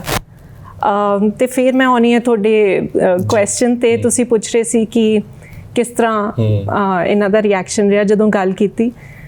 ਸੋ ਪਹਿਲੀ ਗੱਲ ਮੰਮਾ ਨੇ ਕਹੀ ਕਿ ਤੂੰ ਜ਼ਰੂਰ ਕਰ, ਇਹ ਤੇਰੇ ਮਨ 'ਚ ਹੈ ਤਾਂ ਤੂੰ ਜ਼ਰੂਰ ਕਰ, ਤੇ ਇਹ ਗੱਲ ਬਹੁਤ ਅੱਗੇ ਤੱਕ ਜਾਏਗੀ। ਤੂੰ ਆ ਨਾ ਸੋਚ ਕਿ ਤੂੰ ਸਿਰਫ ਆਪਣੀ ਬੱਚੀ ਲਈ ਕਰ ਰਹੀ ਹੈ, ਇਹੋ ਜਿਹੇ ਹੋਰ ਬਥੇਰੇ ਬੱਚੇ ਹੋਣਗੇ ਜਿਨ੍ਹਾਂ ਦੇ ਮਾਪਿਓ ਵੀ ਚਾਹਣਗੇ ਕਿ ਇਹੋ ਜਿਹਾ ਕੋਈ ਸਾਧਨ ਹੋਵੇ ਬਾਜ਼ਾਰਾਂ 'ਚ। ਸੋ ਇਹ ਹੈ ਬੜਾ ਸਮਾਲ, ਛੋਟਾ ਐਫਰਟ ਹੈ, ਛੋਟਾ ਉਪਰਾਲਾ ਹੈ, ਲੇਕਿਨ ਆਈਡੀਆ ਵੱਡਾ ਹੈਗਾ। ਕਿਸੇ ਦੀ ਕਵਿਤਾ ਹੁੰਦੀ ਹੈ ਜਿਹੜੀ ਉਹ ਆਸ-ਪਾਸ ਦੇ ਹਾਲਾਤਾਂ ਦਾ ਪ੍ਰਭਾਵ ਕਬੂਲਦੀ ਹੈ, ਤਾਂ ਤੁਹਾਡੀ ਕਵਿਤਾ ਦੇ ਵਿੱਚ ਤੁਹਾਨੂੰ ਕੀ ਲੱਗਦਾ ਬਈ ਕਿਹੜੇ ਹਾਲਾਤਾਂ ਦਾ ਪ੍ਰਭਾਵ ਉਸ ਦੇ ਵਿੱਚ ਜੇ ਕੋਈ ਪੜ੍ਹੇ ਤਾਂ ਉਸਨੂੰ ਦਿਸਦਾ ਹੈ? ਜਿਹੜਾ ਸ਼ਾਇਰ ਹੁੰਦਾ ਨਾ ਜੀ, ਉਹ ਪਾਣੀ ਦੇ ਘੜੇ ਵਰਗਾ ਹੁੰਦਾ ਹੈ, ਜਿਹੜੇ ਆਸ-ਪਾਸ ਦੀ ਸਾਰੀ એનર્ਜੀ ਉਹਦੇ ਵਿੱਚ ਜਜ਼ਬ ਹੁੰਦੀ ਰਹਿੰਦੀ ਹੈ ਨਾ। ਸੋ ਮੈਨੂੰ ਨਹੀਂ ਪਤਾ, ਪਰ ਕੁਦਰਤ ਦਾ ਇੱਕ ਬੜਾ ਵੱਡਾ ਮੇਰੇ ਉੱਤੇ ਪਰਉਪਕਾਰ ਹੈ ਕਿ ਮੈਂ ਜਿਸ ਯੁੱਗ ਦੇ ਵਿੱਚ ਜਨਮ ਲਿਆ ਉਹ ਬੜਾ ਤੇਜ਼ੀ ਨਾਲ ਬਦਲ ਗਿਆ, ਪਰ ਉਹ ਯੁੱਗ ਦੀ ਖੁਸ਼ਬੂ ਹਲੇ ਵੀ ਮੇਰੇ ਆਲੇ ਦੁਆਲੇ ਹੈ। ਉਹ ਬੜੇ ਬਾਬੇ ਬੋੜ ਸੀ, ਸਾਰੇ ਜਿਹੜੇ ਕਹਿੰਦੇ ਆ ਆਲਮੇ ਫਜ਼ਲ ਸ਼ਖਸੀਅਤਾਂ ਸੀ। ਸੋ ਉਹਨਾਂ ਦੇ ਵਿੱਚ ਮੈਂ ਤਾਂ ਕੁਛ ਵੀ ਨਹੀਂ, ਪਰ ਮੈਨੂੰ ਬਹੁਤ ਕੁਛ ਦੇਖਣ ਦਾ ਮੌਕਾ ਮਿਲਿਆ। ਸ਼ਾਇਦ ਸਿੱਖਿਆ ਉਸ ਪੱਧਰ ਦਾ ਨਹੀਂ ਗਿਆ, ਪਰ ਜਿੰਨੇ ਬੈਸਟ ਆਰਟਿਸਟ ਹੋਏ ਹੈ, ਬੈਸਟ ਰਾਈਟਰ ਹੋਏ ਹੈ, ਬੈਸਟ ਐਕਟਰਸ ਹੋਏ ਹੈ, ਬੜੇ ਉੱਚ ਕੋਟੀ ਦੇ ਸਿਆਸਤਦਾਨ ਹੋਏ ਹੈ, ਉਹਨਾਂ ਸਾਰਿਆਂ ਦੀ ਤਬੀਅਤ ਦੇ ਵਿੱਚ ਮੈਂ ਕਹਿੰਦੀ ਹਾਂ ਵੀ ਉਹਨਾਂ ਦੀ ਇੱਕੋ ਹੀ ਵਡੱਤਨ ਸੀ ਵੀ ਉਹਨਾਂ 'ਚ ਕੋਈ ਛੋਟਾਪਨ ਨਹੀਂ ਸੀ। ਅੱਛਾ, ਇਹੀ ਹੈ ਬਈ ਉਦੋਂ ਮਾਹੌਲ ਕਿਹੋ ਜਿਹਾ ਹੁੰਦਾ ਸੀ ਘਰ ਦਾ ਤੁਹਾਡਾ? ਮਾਹੌਲ ਇਸ ਤਰ੍ਹਾਂ ਦਾ ਸੀ ਜੀ, ਸਾਡਾ ਮਾਹੌਲ ਬੜਾ ਖੁੱਲ੍ਹਾ ਘਰ, ਜਿਹੜਾ ਹੁਣ ਜੇ ਚਾਚਾ ਚੰਡੀਗੜ੍ਹੀਆ ਕਹਿੰਦੇ ਤੇ ਚਾਚਾ ਸਾਰਿਆਂ ਦਾ ਹੀ ਸਾਂਝਾ ਚਾਚਾ ਸੀ। ਉਹ ਕਿਤੋਂ ਵੀ ਕੋਈ ਆਇਆ ਉਹਦੇ ਵਾਸਤੇ ਇੱਕ ਨਿੱਘਾ ਸਿਰਨਾਮਾ ਸਾਡਾ ਉਹ 18 ਸੈਕਟਰ ਵਾਲਾ ਘਰ ਰਿਹਾ ਹਮੇਸ਼ਾ ਚੰਡੀਗੜ੍ਹ ਦੇ ਵਿੱਚ। ਉਸ ਮਾਹੌਲ ਦੇ ਵਿੱਚ ਮੈਂ ਇੱਕ ਗੱਲ ਦੇਖਦੀ ਸੀ ਵੀ ਕੰਮ ਵੀ ਹੁੰਦੇ ਸੀ, ਆਮ ਜੀਆਂ ਗੱਲਾਂ ਵੀ ਹੁੰਦੀਆਂ ਸੀ, ਹਾਸਾ ਖੇਡਾ ਬੜਾ ਸੀ, ਬਹੁਤ ਖੁੱਲ੍ਹਾ ਮਾਹੌਲ ਸੀ। ਕਿਸੇ ਵੱਡੀ ਤੋਂ ਵੱਡੀ ਮੁਸੀਬਤ ਦੇ ਵਿੱਚ ਵੀ ਮੈਂ ਢਹਿ ਢੇਰੀ ਹੁੰਦੇ ਨਹੀਂ ਦੇਖਿਆ ਆਪਣੇ ਮਾਂ-ਬਾਪ ਨੂੰ। ਔਰ ਮੇਰੀ ਮਾਂ ਬੜੀ ਸ਼ਾਂਤਮਈ ਸੁਭਾਅ ਸੀ, ਉਹ ਪਿੱਛੇ ਰਹਿੰਦੀ ਸੀ, ਪਿਛੋਕੜ ਸੀ ਸਾਡਾ, ਪਰ ਸਾਡੀ ਰੀੜ੍ਹ ਦੀ ਹੱਡੀ ਸੀ ਉਹ ਜੀ। ਉਹਨੇ ਸਾਨੂੰ ਡੋਲਣ ਨਹੀਂ ਦਿੱਤਾ। ਔਰ ਪਾਪਾ ਦਾ ਇਹ ਸੀ ਜਿਹੜਾ ਇੱਕ ਉਹਨਾਂ ਦਾ ਬੇਸਿਕ ਜਿਹੜਾ ਫਿਲਾਸਫੀ ਸੀ ਲਾਈਫ ਦੀ, ਉਹ ਕਹਿੰਦੇ ਇਨਸਾਨ ਬਣ ਕੇ ਕੋਈ ਜੇ 84 ਲੱਖ ਜੂਨਾਂ ਤੋਂ ਬਾਅਦ ਆਏ ਹੈ ਤੇ ਉਸ ਜੂਨ ਨੂੰ ਤੁਸੀਂ ਆਪਦੀ ਪੂਰੀ ਵਾਹ ਲਾ ਕੇ ਜਿਉਂ ਜਾਓ, ਹੰਢਾ ਕੇ ਜਾਓ, ਔਰ ਕੁਝ ਇਹੋ ਜਿਹਾ ਛੱਡ ਕੇ ਜਾਓ ਕਿ ਤੁਹਾਡੇ ਜਾਣ ਤੋਂ ਕਿੰਨੀ ਦੇਰ ਬਾਅਦ ਵੀ ਲੋਕ ਤੁਹਾਨੂੰ ਯਾਦ ਰੱਖਣ, ਜਿਹੜੀਆਂ ਆਉਣ ਵਾਲੀਆਂ ਨਸਲਾਂ ਉਹਦੇ ਵਿੱਚੋਂ ਕੁਝ ਲੱਭ ਸਕਣ ਜੀ। ਸੋ ਅਗਲਾ ਸਵਾਲ ਹੈ ਮੇਰਾ ਬਈ, ਤੁਸੀਂ ਦੋ ਜਨਰੇਸ਼ਨਾਂ ਮਤਲਬ ਦੋ ਪੀੜ੍ਹੀਆਂ ਇੱਕ ਤਰ੍ਹਾਂ ਦੇ ਨਾਲ ਮੇਰੇ ਸਾਹਮਣੇ ਬੈਠੀਆਂ, ਲਿਖਣ ਦਾ ਢੰਗ ਤੁਹਾਡੀ ਪੀੜ੍ਹੀ ਦੇ ਵਿੱਚ ਤੇ ਤੁਹਾਡੀ ਪੀੜ੍ਹੀ ਦੇ ਵਿੱਚ ਤੁਹਾਨੂੰ ਕੀ ਲੱਗਦਾ ਵੀ ਦੋਨਾਂ ਦੇ ਵਿੱਚ ਕੀ ਫਰਕ ਹੈ? ਸਾਡੀ ਪੀੜ੍ਹੀ ਦੇ ਵਿੱਚ ਕਹਾਣੀ ਪਾ ਲੈਣ ਦੀ ਇਜਾਜ਼ਤ ਹੁੰਦੀ ਸੀ, ਲੋਕਾਂ ਨੂੰ ਪੜ੍ਹਨ ਦੀ ਵੇਲ ਸੀ ਜੀ। ਹੁਣ ਉਹ ਬਿਲਕੁਲ ਉਸ ਸੋਚ ਨੂੰ ਇਨਕੈਪਸੂਲੇਟ ਕਰਕੇ ਪੇਸ਼ ਕਰਨ ਦਾ ਇੱਕ ਵਕਤ ਆ ਗਿਆ, ਕਿਉਂਕਿ ਅਖਬਾਰ ਜਿਹੜਾ ਪ੍ਰਿੰਟ ਮੀਡੀਆ ਹੈ ਉਹ ਉਧਰ ਲੋਕ ਹੁਣ ਬਹੁਤੇ ਉਤਸ਼ਾਹਿਤ ਨਹੀਂ ਹਨ। ਹਾਲਾਂਕਿ ਹੋਣਾ ਚਾਹੀਦਾ, ਜੋ ਅਖਬਾਰ ਦੇ ਨਾਲ ਤੁਹਾਡੀ ਸਵੇਰ ਚੜ੍ਹਦੀ ਹੈ ਉਹ ਹੋਰ ਕੋਈ ਕਿਸੇ ਚੀਜ਼ ਦੀ ਉਹਦੇ ਵਿੱਚ ਕੋਈ ਸਬਸਟੀਟਿਊਟ ਨਹੀਂ ਹੈ। ਇੱਕ ਲਿਖਤ ਦਾ ਥੋੜ੍ਹਾ ਜਿਹਾ ਫਰਕ ਇਹ ਹੈਗਾ ਹੈ ਕਿ ਦੇਖੋ ਜਿਹੜੀ ਸਾਡੀ ਇਮੈਜੀਨੇਸ਼ਨ ਸੀਗੀ, ਅਸੀਂ ਉਹਦੇ ਵਿੱਚੋਂ ਬਹੁਤ ਖੂਬਸੂਰਤ ਜਿਹੜੇ ਕਿੱਸੇ ਹੈ ਉਹ ਵੀਵ ਕਰ ਲਏ। ਜਿਹੜੀ ਇਹ ਜਨਰੇਸ਼ਨ ਹੈ, it's a generation of complete answers, logic, ਵੀ ਜੇ ਇਹ ਗੱਲ ਹੋਈ ਤੇ ਹੋਈ ਕਿਉਂ, ਤਰਕ ਮਤਲਬ ਲੱਭਦੀ ਹੈ। ਅਸੀਂ ਇੱਕ ਰਿਸ਼ਤੇ ਦੇ ਉੱਤੇ ਉਹਦੇ ਸਾਰੇ ਦੁੱਖ ਸੁੱਖ ਹੰਢਾਉਣ ਦੇ ਆਦੀ ਸੀ। ਇਹ ਡਿਸਪੋਜ਼ੇਬਲ ਯੁੱਗ ਹੈ ਜੀ, ਕਿ ਜਿਸ ਚੀਜ਼ ਦੀ ਤਕਲੀਫ ਸਹੀ ਨਹੀਂ ਜਾਂਦੀ ਤੇ ਉਹਦਾ ਸਹਿਣ ਦਾ ਕੋਈ ਕੰਮ ਨਹੀਂ ਹੈ। ਸੋ ਉਹ ਕਵਿਤਾ ਵੀ ਨੈਚੁਰਲੀ ਬਦਲ ਗਈ। ਹੁਣ ਜਿਹੜਾ ਲਿਟਰੇਚਰ ਹੈ, ਸਾਡੇ ਵੇਲੇ ਪੋਇਟਰੀ ਹੁੰਦੀ ਸੀ, ਹੁਣ ਲਿਰਿਕਸ, ਲੋਕੀ ਉਸ ਚੀਜ਼ ਦੇ ਨਾਲ ਹੀ ਪਹਿਚਾਣ ਬਣਾਈ ਹੋਈ ਹੈ ਕਿ ਪੰਜਾਬੀ ਦੀ ਕਵਿਤਾ ਹੈ ਤੇ ਸ਼ਾਇਦ ਪੰਜਾਬੀ ਦੇ ਗੀਤ ਨੇ। ਗੀਤ ਕੋਈ ਹੋਰ ਚੀਜ਼ ਹੈ, ਕਵਿਤਾ ਇੱਕ ਬਹੁਤ ਡੂੰਘਾਈ 'ਚ ਉੱਠੀ ਚੀਜ਼ ਹੈ। ਗੀਤ ਤੁਸੀਂ ਜੇ ਹਲਕਾ ਫੁਲਕਾ ਮਹਿਸੂਸ ਕਰਦੇ ਹੋ ਤਾਂ ਹੀ ਗੀਤ ਗਾ ਸਕਦੇ ਹੋ। ਸੋ ਇਹ ਫਰਕ ਜ਼ਰੂਰ ਹੈ। ਬਾਕੀ ਇਹਨਾਂ ਤੋਂ ਪੁੱਛੋ ਕਿ ਇਹਨਾਂ ਨੂੰ ਕੀ ਫਰਕ ਨਜ਼ਰ ਆਉਂਦਾ ਹੈ। ਜੀ ਬਿਲਕੁਲ, ਕਾਫੀ ਹੱਦ ਤੱਕ ਮੈਂ ਮਾਮਾ ਦੀਆਂ ਗੱਲਾਂ ਨਾਲ ਸਹਿਮਤ ਹੈਗੀ ਹਾਂ, ਪਰ ਮੈਨੂੰ ਇਹ ਵੀ ਲੱਗਦਾ ਹੈ ਕਿ change is the only constant. So ਜਿੱਥੇ ਪ੍ਰਿੰਟ ਮੀਡੀਆ ਦੀ ਡਿਕਲਾਈਨ ਆ ਰਹੀ ਹੈ ਹੌਲੀ ਹੌਲੀ, ਉੱਥੇ ਹੋਰ ਤਰ੍ਹਾਂ ਦਾ ਮੀਡੀਆ ਉੱਭਰਦਾ ਨਜ਼ਰ ਆ ਰਿਹਾ ਹੈ। ਬਿਲਕੁਲ, ਉੱਥੇ ਹੋਰ ਤਰ੍ਹਾਂ ਦੇ ਰੀਡਰਸ ਨਾਲ ਜੁੜਦੇ ਨਜ਼ਰ ਆ ਰਹੇ ਨੇ। ਠੀਕ ਹੈ, ਪਾਤਰ ਸਾਹਿਬ, ਸ਼ਿਵ ਬਟਾਲਵੀ ਜੀ, ਹੋਰ ਵੱਡੇ ਵੱਡੇ ਨਾਂ, ਉਹ ਹਮੇਸ਼ਾ ਲੈਜੈਂਡਸ ਰਹਿਣਗੇ ਜੀ। ਉਹ ਕਿਸੇ ਯੁੱਗ ਦੇ ਮੁਹਤਾਜ ਨਹੀਂ ਹੈਗੇ, ਨਾ ਹੀ ਕਿਸੇ ਸੋਸ਼ਲ ਪਲੇਟਫਾਰਮ ਦੇ ਮੁਹਤਾਜ ਨੇ। ਲੇਕਿਨ ਹੁਣ ਇੱਕ ਨਵੀਂ ਪੀੜ੍ਹੀ ਉੱਭਰ ਕੇ ਆ ਰਹੀ ਹੈ, ਇੰਸਟਾ ਪੋਇਟਸ ਨਾਮ ਦੀ, ਕਿਉਂਕਿ ਅਟੈਂਸ਼ਨ ਸਪੈਨ ਛੋਟੇ ਹੋ ਗਏ, ਇਨਫੋਰਮੇਸ਼ਨ ਇੰਨੀ ਆ ਗਈ ਹੈ। 30 ਸਕਿੰਟਾਂ ਦੀ ਛੋਟੀ ਛੋਟੀ ਕਵਿਤਾ ਪਿੱਛੇ ਮਿਊਜ਼ਿਕ ਲਾ ਕੇ ਇੰਸਟਾਗ੍ਰਾਮ ਤੇ ਰੀਲਾਂ ਦੇ ਰੂਪ ਵਿੱਚ ਆਪਣੇ ਸਾਹਮਣੇ ਆਉਂਦੀ ਹੈ। ਉਹ ਇਨਫੋਰਮੇਸ਼ਨ ਓਵਰਲੋਡ ਇੰਨਾ ਹੈ ਤੇ ਮੈਂਟਲ ਕੈਪੈਸਿਟੀ ਤਾਂ ਉਨੀ ਹੀ ਹੈ ਜੀ। ਸੋ ਉਹ ਅਟੈਂਸ਼ਨ ਸਪੈਨ ਸ਼ਰਿੰਕ ਹੋ ਗਿਆ ਹੈ, ਉਸ ਹਿਸਾਬ ਨਾਲ ਕਵਿਤਾਵਾਂ ਵੀ ਸ਼ਰਿੰਕ ਹੋ ਗਈਆਂ ਜੀ। ਤੇ ਪਰ ਇਹ ਜਿਹੜਾ ਲਿਖਣ ਪੜ੍ਹਨ ਦਾ ਸਿਲਸਿਲਾ ਹੈ ਇਹ ਚੱਲਦਾ ਰਹੇ, ਇਹ ਬਹੁਤ ਵੱਡੀ ਗੱਲ ਹੈ। ਪਲੇਟਫਾਰਮ ਬਦਲਦੇ ਰਹਿਣਗੇ ਜੀ। ਸਾਡੇ ਇੱਕ ਮੈਨੂੰ ਯਾਦ ਆ, ਸਾਡੇ ਬਠਿੰਡੇ ਦੇ ਕੋਲ ਜੈਤੋ ਮੰਡੀ ਦੇ ਇੱਕ ਸ਼ਾਇਰ ਹੁੰਦੇ ਸੀ, ਦੀਪਕ ਜੈਤੋਈ ਸਾਹਿਬ। ਉਹਨਾਂ ਨੇ ਮਤਲਬ ਪਹਿਲਾਂ ਉਹ ਗੀਤ ਲਿਖਦੇ ਹੁੰਦੇ ਸੀ, ਲੋਕ ਗੀਤ ਉਹਨਾਂ ਦੇ ਹਿੱਸੇ ਆਏ ਆ, ਮਤਲਬ ਆ ਲਮਾਏ ਸਾਮ ਕੁੰਜੀਆਂ ਧੀਆਂ ਕਰ ਚੱਲੀਆਂ ਸਰਦਾਰੀ, ਇਹੋ ਜਿਹੇ ਗੀਤ ਉਹਨਾਂ ਨੇ ਲਿਖੇ। ਤੇ ਫਿਰ ਇੱਕ ਦਿਨ ਮਹਿਫਲ ਦੇ ਵਿੱਚ ਉਹਨਾਂ ਨੂੰ ਕਿਸੇ ਨੇ ਤਾਨਾ ਮਾਰਿਆ, ਕਹਿੰਦੇ ਪੰਜਾਬੀ ਤਾਂ ਗਵਾਰਾਂ ਦੀ ਭਾਸ਼ਾ, ਇਹਦੇ ਵਿੱਚ ਕਹਿੰਦੇ ਗਜ਼ਲਾਂ ਨਹੀਂ ਲਿਖੀਆਂ ਜਾ ਸਕਦੀਆਂ, ਗਜ਼ਲਾਂ ਲਿਖਣ ਲਈ ਉਰਦੂ ਜਾਂ ਕੋਈ ਇੱਦਾਂ ਦੀ ਮਤਲਬ ਸਲੀਕੇ ਵਾਲੀ ਭਾਸ਼ਾ ਚਾਹੀਦੀ ਹੁੰਦੀ ਹੈ। ਤਾਂ ਉਹਨਾਂ ਨੇ ਉਦੋਂ ਹੀ ਠੋਕਰ ਮਾਰ ਕੇ ਗੀਤ ਲਿਖਣ ਨੂੰ ਗਜ਼ਲਾਂ ਵਾਲੇ ਪਾਸੇ ਚਲੇ ਗਏ ਤੇ ਪੰਜਾਬੀ ਦੇ ਵਿੱਚ ਉਹਨਾਂ ਨੇ ਐਸੀਆਂ ਗਜ਼ਲਾਂ ਲਿਖੀਆਂ ਮਤਲਬ ਵੀ ਜਿਹੜੀਆਂ ਇੱਕ ਤਰ੍ਹਾਂ ਦਾ ਆਪਣੇ ਆਪ ਦੇ ਵਿੱਚ ਮੀਲ ਪੱਥਰ ਹੈ। ਤੁਹਾਨੂੰ ਕੀ ਲੱਗਿਆ ਕਦੇ ਮਤਲਬ ਇਹੋ ਜਿਹਾ ਹਾਦਸਾ ਤੁਹਾਡੇ ਨਾਲ ਹੋਇਆ ਹੋਵੇ ਜਿੱਥੇ ਤੁਹਾਨੂੰ ਲੱਗਿਆ ਹੋਵੇ ਵੀ ਨਹੀਂ, ਜਾਂ ਕਿਸੇ ਨੇ ਕਿਹਾ ਹੋਵੇ ਵੀ ਨਹੀਂ ਪੰਜਾਬੀ ਦੇ ਵਿੱਚ ਮਤਲਬ ਇੱਦਾਂ ਦਾ ਕੁਝ ਨਹੀਂ ਲਿਖਿਆ ਜਾ ਸਕਦਾ? ਨਹੀਂ, ਇਨਫੈਕਟ ਮੈਂ 1991 ਦੇ ਵਿੱਚ ਆਈ ਹਾਂ ਪੰਜਾਬੀ ਦੇ ਵਿੱਚ। ਉਹ ਤੋਂ ਪਹਿਲਾਂ ਮੈਂ ਅੰਗਰੇਜ਼ੀ ਦਾ ਹੀ ਅੰਗਰੇਜ਼ੀ ਦੀ ਕਾਲਮਿਸਟ ਸੀ, ਅੰਗਰੇਜ਼ੀ ਦੀ ਮੇਰੀ ਕਵਿਤਾ ਹੁੰਦੀ ਸੀ। ਸੋ ਪੰਜਾਬੀ 'ਚ ਜਦੋਂ ਮੈਂ ਆਈ ਹਾਂ ਤੇ ਮੇਰੀ ਵਿਜ਼ਨ ਤਾਂ ਗਲੋਬਲੀ ਸੀ। ਮੈਂ ਪੜ੍ਹਿਆ ਇਹਨਾਂ ਸਾਰੇ ਸ਼ਾਇਰਾਂ ਨੂੰ, ਸਭ ਤੋਂ ਵੱਧ ਪ੍ਰਭਾਵਿਤ ਮੈਂ ਰਹੀ ਹਾਂ ਸ਼ਿਵ ਬਟਾਲਵੀ ਨਾਲ, ਸਭ ਤੋਂ ਰਿਚ ਇਮੇਜਰੀ ਉਹਨਾਂ ਦੀ ਰਹੀ ਹੈ। ਪਰ ਉਸ ਤੋਂ ਇਲਾਵਾ ਉਰਦੂ ਸ਼ਾਇਰਾਂ ਨੂੰ ਪੜ੍ਹਿਆ ਬਹੁਤ ਜ਼ਿਆਦਾ। ਸੋ ਉਹਦੇ 'ਚ ਜਿਹੜੀ ਮੇਰੀ ਕਵਿਤਾ ਸੀ ਉਹ ਜਾਂ ਈਵਨ ਜਿਹੜਾ ਮੇਰਾ ਪ੍ਰੋਜ਼ ਸੀ, I would think like a poet and write like a prose writer. So ਉਹ ਕਿਤੇ ਨਾ ਮੇਰਾ ਇੱਕ ਪੱਧਰ ਵੱਜ ਚੁੱਕਿਆ ਸੀ ਪਹਿਲੇ ਪੈਰ ਤੋਂ ਪਹਿਲਾਂ। ਜਿਵੇਂ ਉਹ ਕਹਿੰਦੇ ਨਾ ਵੀ ਸਾਡੀ ਉਡਾਰੀ ਤਾਂ ਸ਼ੁਰੂ ਹੀ ਅਸਮਾਨ ਤੋਂ ਹੋਈ ਹੈ। ਸੋ ਉਹ ਪਹਿਲੇ ਪੱਧਰ ਤੋਂ ਪਹਿਲਾਂ ਮੈਂ ਇੰਨੇ ਕੁ ਸ਼ਾਇਰਾਂ ਦਾ, ਇੰਨੇ ਕੁ ਖਿਆਲਾਂ ਦਾ ਮੁਜੱਸਮਾ ਜਿਹੜਾ ਸੀ ਉਹ ਜਮ੍ਹਾਂ ਹੋ ਚੁੱਕਿਆ ਸੀ ਕਿ ਉਦੋਂ ਬਾਅਦ ਉਦੋਂ ਛੋਟੀ ਗੱਲ ਕਰਨ ਦੀ ਮੈਂ ਆਪਣੀ ਕਲਮ ਨੂੰ ਇਜਾਜ਼ਤ ਨਹੀਂ ਦਿੱਤੀ। ਮਤਲਬ ਇਹ ਆਪਣੀ ਥੋੜਾ ਜਿਹਾ ਯਤਨ ਹੀ ਰਿਹਾ, ਬਾਕੀ ਤਾਂ ਸੁਣਨ ਵਾਲਿਆਂ ਨੂੰ ਹੀ ਜ਼ਿਆਦਾ ਪਤਾ ਹੁੰਦਾ। ਸੋ ਜਿਹੜੀ ਸ਼ਾਇਰੀ ਮੇਰੇ ਖਿਆਲ ਹੈ ਭਾਸ਼ਾ ਨਹੀਂ ਇਹਦੇ ਵਿੱਚ, ਜਾਂ ਉਹ ਤੁਸੀਂ you don't have to cater to an audience. ਤੁਸੀਂ ਉਹ ਚੰਗੇ ਖਿਆਲ ਜਿਹੜੇ ਹੈ ਉਹ ਪੇਸ਼ ਕਰਨ ਦੀ ਆਦਤ ਪਾਓ, ਲੋਕਾਂ ਦਾ ਜ਼ਾਇਕਾ ਬਦਲਣ ਦੀ ਆਦਤ ਪਾਓ। ਇਹ ਨਹੀਂ ਕਿ ਲੋਕਾਂ ਦਾ ਇਹ ਜ਼ਾਇਕਾ ਤੇ ਅਸੀਂ ਉਸ ਤਰੀਕੇ ਨਾਲ ਚੱਲੀਏ, ਉਹ ਨਹੀਂ ਗੱਲ ਹੁੰਦੀ। ਅੱਛਾ, ਡਾਕਟਰ ਸਾਹਿਬ ਤੋਂ ਇਲਾਵਾ ਤੁਸੀਂ ਹੋਰ ਕਿਹੜੇ ਕਵੀ ਦਾ ਮਤਲਬ ਤੁਹਾਨੂੰ ਐਂ ਲੱਗਦਾ ਵੀ ਕਿਹੜੇ ਕਵੀ ਦਾ ਤੁਸੀਂ ਪ੍ਰਭਾਵ ਕਬੂਲਦੇ ਹੋ? ਤੁਸੀਂ ਵੀ ਸੀਰਤ ਜੀ? ਨਹੀਂ, ਕਵੀ ਤਾਂ ਦੇਖੋ, ਜਾਂ ਜਾਵੇਦ ਅਖਤਰ, ਬਸ਼ੀਰ ਬਦਰ, ਮੁਨੱਵਰ ਰਾਣਾ ਨੂੰ ਪੜ੍ਹਦੇ ਹਾਂ। ਸੋ ਪੰਜਾਬੀ ਦੇ ਵਿੱਚ ਆਪਣੇ ਡਾਕਟਰ ਸੁਰਜੀਤ ਪਾਤਰ, ਅੰਮ੍ਰਿਤਾ ਪ੍ਰੀਤਮ, ਸ਼ਿਵ ਬਟਾਲਵੀ ਤਾਂ ਚਲੋ ਹੈਗੇ ਹੀ ਨੇ। ਸੋ ਇੱਕ ਸੁਖਵਿੰਦਰ ਅੰਮ੍ਰਿਤ ਨੇ, ਉਹ ਵੀ ਬਹੁਤ ਵਧੀਆ ਕੰਮ ਕਰ ਰਹੇ ਨੇ। ਉਹ ਸਾਡੇ ਸਾਰੇ ਆਲੇ ਦੁਆਲੇ ਵਾਲੇ ਬਹੁਤ ਸੋਹਣਾ ਲਿਖਣ ਵਾਲੇ, ਰਾਦਰ ਛੋਟੀ ਉਮਰ ਦੇ ਬੱਚੇ ਆਏ ਹੈ, ਉਹ ਵੀ ਬਹੁਤ ਸੋਹਣੀ ਗੱਲਬਾਤ ਕਹਿ ਰਹੇ ਨੇ। ਮੈਨੂੰ ਲੱਗਦਾ ਕਿ ਜਿਹੜਾ ਟ੍ਰਾਂਜੀਸ਼ਨ ਫੇਜ਼ ਆਇਆ ਨਾ ਜੀ, ਉਹਦੇ 'ਚ ਤੁਸੀਂ ਸੋਚ ਇੱਕ ਚੱਕ ਕੇ ਵੀ ਲੈ ਆਏ ਹੋ 100 ਸਾਲ ਪਹਿਲਾਂ ਦੀ, ਤੇ ਇਸ ਯੁੱਗ ਦੇ ਮੁਤਾਬਕ ਉਹਨੂੰ ਢਾਲ ਕੇ ਲਫ਼ਜ਼ਾਂ ਦੇ ਵਿੱਚ ਪੇਸ਼ ਵੀ ਕਰ ਰਹੇ ਹੋ। ਇਹ ਬੜੀ ਖੂਬਸੂਰਤੀ ਹੈ ਜੀ। ਤੁਸੀਂ ਕੁਝ ਕਹਿਣਾ ਚਾਹੋ ਇਹਦੇ ਉੱਪਰ? ਹਾਂਜੀ, ਬਿਲਕੁਲ। ਇਹ ਸਾਰੇ ਬੜੇ ਵੱਡੇ ਨਾਂ ਹੈ ਜਿਹੜੇ ਮਾਮਾ ਨੇ ਲਏ ਹੈ। ਇਹ ਜ਼ਰੂਰ ਸਾਡੀ ਜਨਰੇਸ਼ਨ ਵੀ ਬਹੁਤ ਰਿਲੇਟ ਕਰ ਸਕਦੀ ਹੈ, ਬੜਾ ਇੰਸਪਾਇਰ ਹੁੰਦੀ ਹੈ ਇਹਨਾਂ ਦੀ ਲਿਖਤਾਂ ਤੋਂ। ਜਾਵੇਦ ਅਖਤਰ ਸਾਹਿਬ, ਜਿਗਰ ਮੁਰਾਦਾਬਾਦੀ ਜੀ, ਤੇ ਅੱਜ ਕੱਲ ਹਰਮਨ ਰਾਣੀ ਤੱਤ ਜੀ, ਉਹਨਾਂ ਦੇ ਵੀ ਬਹੁਤ ਸੋਹਣੀ ਲਿਖਤਾਂ ਨੇ। ਸੋ ਬਾਕੀ ਮੈਨੂੰ ਇਹ ਲੱਗਦਾ ਹੈ ਕਿ ਜਿਹੜੀ ਲਿਖਤ ਖੁਦ ਨੂੰ ਮਹਿਸੂਸ ਹੁੰਦੀ ਹੈ, ਜਿਹੜੀ ਤੁਹਾਡੇ ਦਿਲ ਦੇ ਨੇੜੇ ਹੈ, ਉਹ ਬਾਕੀਆਂ ਦੇ ਦਿਲਾਂ ਨੂੰ ਵੀ ਛੂਹਣ ਦੀ ਤਾਕਤ ਰੱਖਦੀ ਹੈ ਜੀ।